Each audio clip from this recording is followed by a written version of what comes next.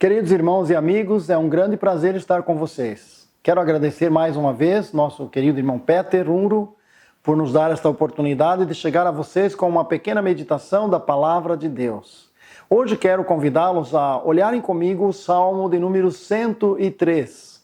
Veja o que diz esse Salmo. Vamos fazer a leitura do Salmo à medida em que avançamos em considerar o que realmente ele está a nos dizer. Esse salmista, ele aconselha a si mesmo, e ele começa dizendo: bendize, ó minha alma, ao Senhor. É um conselho que ele dá a si mesmo, e ele apresenta algumas áreas de conhecimento que ele tem de Deus. E quero destacar isso já no início. Ele diz: o Senhor faz, e passa a descrever o que o Senhor faz. Depois ele diz: o Senhor é, e descreve o que ele sabe sobre Deus. Depois ele diz: o Senhor sabe todas as coisas. E por último ele diz: o Senhor está. E por estas razões todas, ele se dirige a Deus, ao mesmo tempo meditando em toda a grandeza de Deus, e ele passa a dizer: bendize, ó minha alma, ao Senhor. E aí ele começa a descrever por quê? Por que eu devo bendizer ao Senhor? E ele passa a descrever isso, e nós vemos aqui nos versículos iniciais, dizendo: bendize, ó minha alma, ao Senhor, e tudo o que há em mim, bendiga o seu santo nome. Não somente o coração se elevar em gratidão a Deus, mas que tudo o que eu faço, tudo o que eu tenho, possa servir em glória a esse Deus majestoso e maravilhoso que ele conhecia e que ele quer que conheçamos. Aqui está a primeira afirmação dele: bendize, ó minha alma, ao Senhor, e não te esqueças de nenhum de seus benefícios. E então ele passa a descrever o que Deus faz. Ele é o que perdoa todas as tuas iniquidades. A primeira grande afirmação ele faz sobre perdão, porque é aí que começa o relacionamento com Deus. Quando há reconhecimento de pecado, quando há reconhecimento de necessidade do perdão, e quando entendemos que esse Deus é o Deus perdoador, que através de Jesus Cristo, a obra que Ele mesmo realizou por nós, Ele pode apagar por completo todos os nossos pecados. Então, quando Ele fala de perdão, Ele repete esta mesma ideia em alguns versículos seguintes. Nós vamos encontrar, por exemplo, o versículo 9, ele diz: não reprovará perpetuamente, nem para sempre reterá a sua ira. Deus perdoador, que haverá um momento em que na sua misericórdia ele vai trazer o perdão até mesmo diante de pecados, talvez muito graves, mas Deus quer oferecer perdão. E depois no versículo 11, versículo 10, ele diz: não nos tratou segundo os nossos pecados, nem nos recompensou segundo as nossas iniquidades. Verso 12, assim como está longe o Oriente do Ocidente, assim afasta de nós as nossas transgressões. Eu estou fazendo a leitura dos versículos que tratam do tema, mas ele foi lançando essas memórias do perdão e da graça de Deus no decorrer do desenvolvimento daquela ação de glória a Deus que ele tanto deseja dar. E ele faz questão de dizer: não te esqueças, não te esqueças, porque o esquecimento é próprio do ser humano. Nós recebemos tanto e recebemos tantas vezes, e quando outra vez aparece uma dificuldade, nós esquecemos aquilo que Deus já fez. E por isso o salmista ele vai tratar desse primeiro problema, ele trata dessa situação, dizendo que Deus é um Deus perdoador.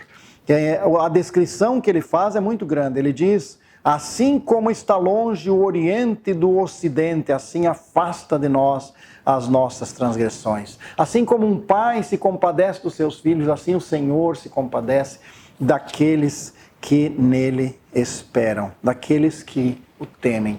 Na verdade, eu não sei como você trata os teus pecados.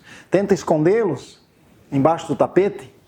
Tenta deixá-los na história e compensar esta balança de culpa com alguma coisa boa que tenha feito?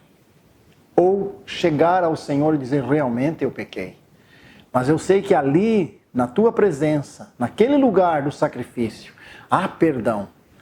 E o Senhor se compadece. Então, quando ele fala de Deus, ele diz, o Senhor faz. O Senhor faz o quê? O Senhor remove todas as minhas transgressões. Lança para muito longe. E há uma distância tão grande que eu não preciso mais me lamentar. Eu posso confiar e prosseguir, esquecendo isso que para trás ficou e avançando para aquilo que está diante de mim, com aquele sentimento, bendiga a minha alma, dê louvores, ó minha alma, ao Senhor. E desta maneira ele fala de uma outra área no mesmo verso 3. Ele diz, ele é o que perdoa todas as tuas iniquidades, que sara todas as tuas enfermidades. Aqui ele está falando agora sobre um problema físico. Primeiro tratou do problema espiritual e agora está tratando do problema físico. E nós enfrentamos na vida muitas vezes os problemas também de ordem física. A nossa doença é própria do nosso ser humano. Eu lembro muito bem de um casal que nós trabalhamos com eles, lá no interior do Paraná, Brasil.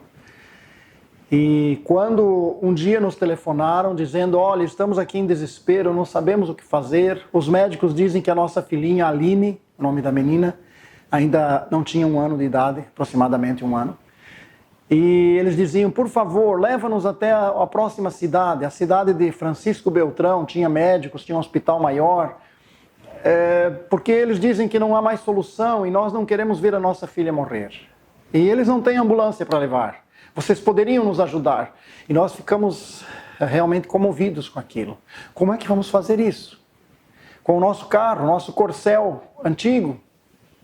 Mas tínhamos que fazer alguma coisa. Eles queriam tirar a criança do hospital e podíamos tentar salvar esta criança.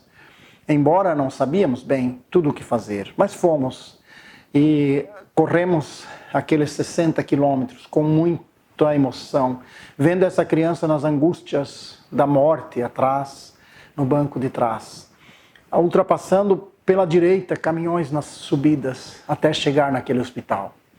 E os médicos já tinham avisado que chegaria uma criança, mas chegaria morta, segundo a observação deles.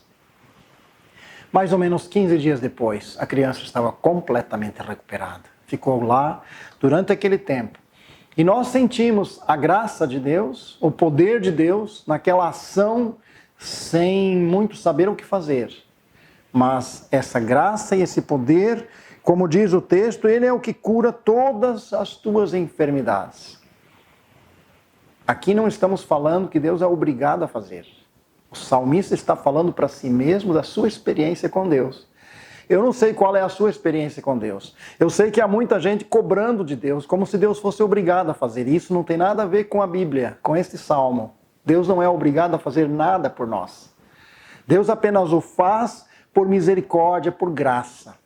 Mas aqui está uma afirmação dele, de experiência pessoal, em que ele diz, eu quero bendizer ao Senhor, eu não quero me esquecer do que Deus tem feito. Como é maravilhoso perceber quando Deus age, em razão da oração do seu povo. Lembro-me de um jovem chamado Shebilon. Alguns de vocês certamente vão logo sabem muito bem dessa história. Como a igreja se uniu e ele estava já realmente em situação sem nenhuma expectativa de vida. E Deus o restaurou. Então, quando olhamos para esse grande Deus, o que ele faz, ele não só perdoa todos os pecados, mas também pode curar todas as enfermidades. E olha só o que ele diz no versículo, ele diz aqui, todas as tuas iniquidades e toda a tua doença, todo o teu problema. Inclusive ele usa aqui um versículo dizendo que ele pode retirar da sepultura. Nós vimos na história bíblica muitos momentos em que Jesus interferiu.